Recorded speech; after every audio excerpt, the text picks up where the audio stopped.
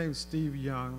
I'm the president of the National Action Network South Jersey chapter.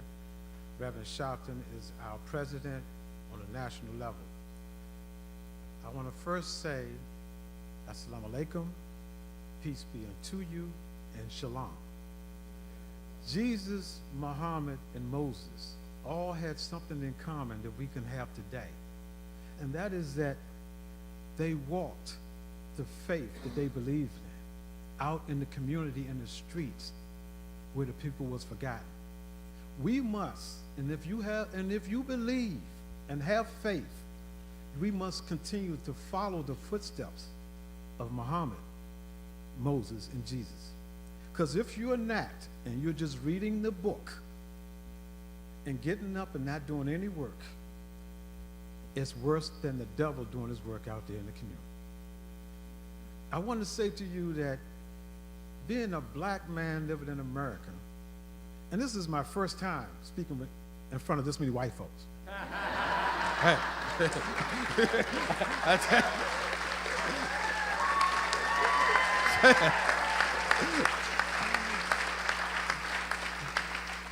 And I want to say, for the black ones that haven't been standing up, I want all of you to stand up and give yourself a round of applause for standing up with us today.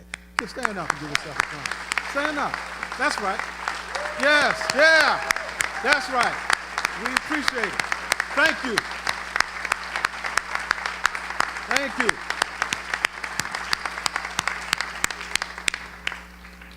That's a sight that Dr. Martin Luther King would love to see today. We continue with the tradition of Dr. Martin Luther King, and we picked up the torch through Reverend Sharpton back in 1990. When he first came to Atlantic City to help the forgotten youth with a lot of police brutality, lack of recreation and things for the youth to do, with your President Donald Trump building his Taj Mahal casino. So we started way back then educating and showing people, which would lead up to now. We've seen for the first time in history, people not with hoods on, but with torches in their hand. If you're bold enough to take the hood off and pick up a gun, then we must learn to not fear nothing at all. This is a new day to test your faith. If you're not willing to stand up and believe in God's work, then you're siding with the devil. We have work to do. And again, I want to just applaud you all, because it's a lot of us that's not standing up for ourselves. And that's part of the problem. But we need you to educate your brothers and sisters, because you're around them more than us. And when you educate them on the race issue, we have stopped in this country talking about race. We thought it was going to go away. It didn't go away. It got larger. They got rid of affirmative action. They talk about voting rights. Now you got a president saying no Mexicans and don't do this, and I side with the Ku Klux Klan. Outright in your face. Because we didn't want to face the fact that race issues exist here in America. We have showed through Reverend Sharpton and over hundreds and thousands of demonstrations throughout our community, we can do it in a peaceful way.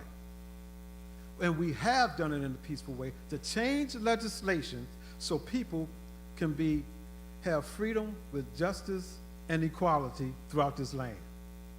So there's a way, and we're going to teach those who have those guns and those torches to put them down. We need to educate them that there's another way to fight. And Dr. Martin Luther King showed us and taught us that. See, we have a legacy and a map now, how to bring about peace throughout the land. And that's why he got the Nobel Peace Prize. It wasn't about the talking. It was about being in the street, leading black, white, Jewish, Muslim, and everybody to stand for a common cause.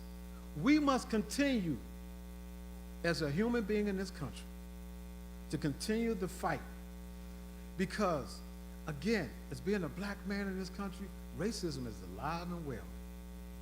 But being silent is worse than that act of having that hood on and carrying that torch. So don't be silent after today. Stand up, speak up, and believe me, you have God beside you. Act like you got a God to believe that you believe in, and stand fast. Whether it's a tank in front of you or someone with a hood with a shotgun, you should have the faith to stand up and fight it for God's sake. Thank you very much.